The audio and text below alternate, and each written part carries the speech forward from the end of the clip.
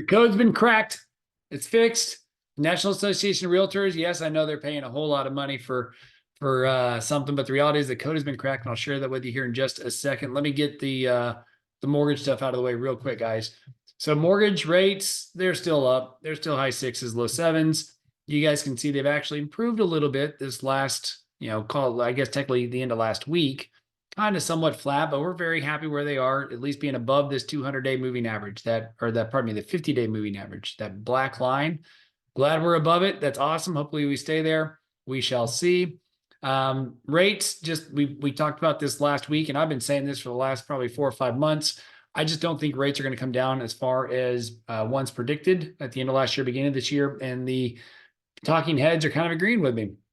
So that doesn't mean I'm smart, just means I was right. So that's a coin toss. Rates go up, go down, stay the same. But I think they're going to kind of stay the same. The Fed has said they're going to cut 3 times. But what's interesting about this graph on the right is that this is the gap between mortgage-backed securities and treasuries. And you can see historically, and this goes back a decade, a little more even, historically, you see that being somewhere in that 1%, give or take, and we're still elevated amongst that. So even if the rate comes down from the Fed, it doesn't always impact our mortgage rates. So just keep that in mind and know that when the Fed cuts their rates, it doesn't necessarily have a direct impact on ours. I thought this was interesting. The minimal annual income to be considered middle class. For Texas, it was 66,597. That is number 30th amongst all the states. So it's almost right in the middle if you want to kind of think of it that way. Hawaii, congratulations. You got to make 82 grand. You guys are the most expensive in terms of what it considers to be middle class. Good old Mississippi down there at 60 grand. So it's interesting to see Mississippi's at the bottom, and it's only 6 grand difference to get up to be, halfway in the rankings, at Texas at 30th. So I don't know, maybe I'm a nerd. I just found that interesting.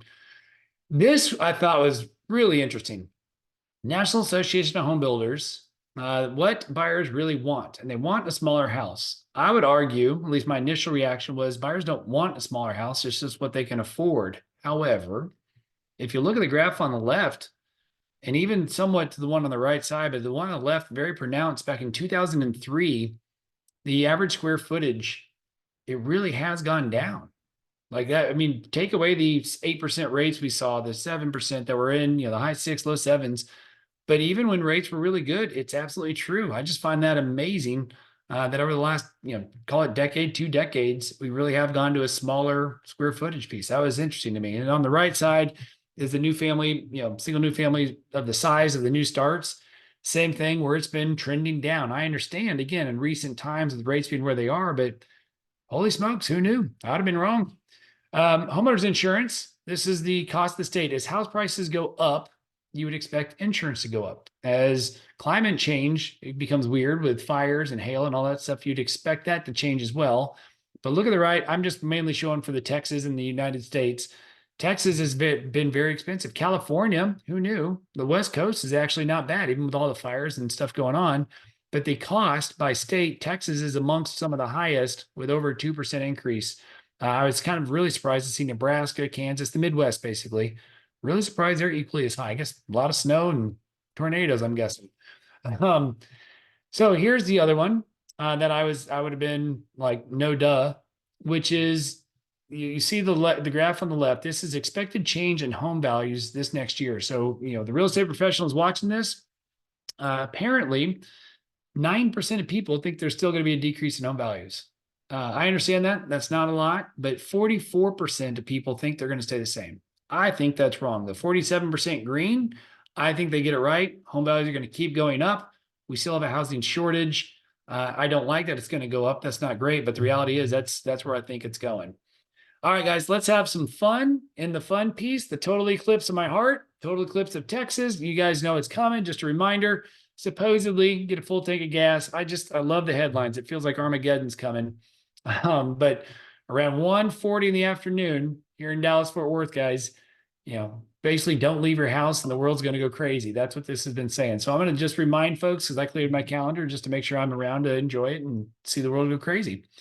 And inflation is bananas. My wife is a Trader Joe's fan. I think I am too. I'm not sure where the pantry gets stocked, but I know a lot of good stuff comes from Trader Joe's. But apparently there's a big fuss after 20 freaking years, 2 decades. Trader Joe's is raising the cost of bananas from 19 to 23 cents. That is hard hitting news. Guys, you can't get that stuff anywhere else but right here. Hard hitting news, these bananas. And then for the chasing excellence, guys, I'm teaching, or not teaching, but I have been teaching to some degree, but teaching some folks. I've had a client to come in and we've done a sit down.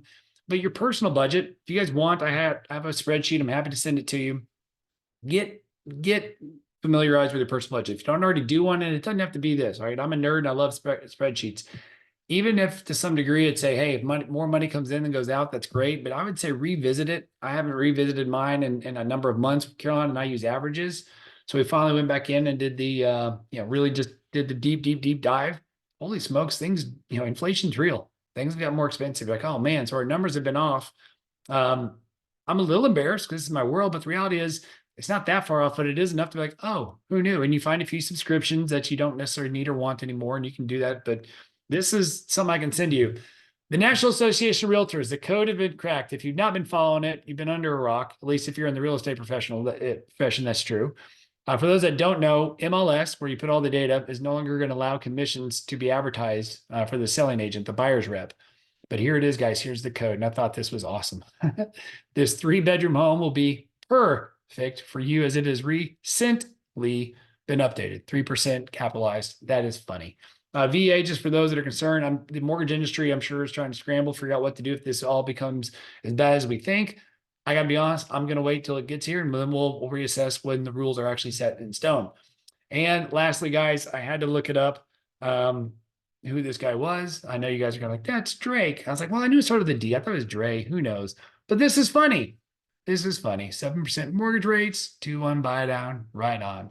So there you go, guys. Get social with us. As always, if you find value in this, send it to somebody else that might find value. We appreciate you as always. Have a great and wonderful Easter weekend. Hopefully you're doing something with the family, and we will see you next week. Bye, guys.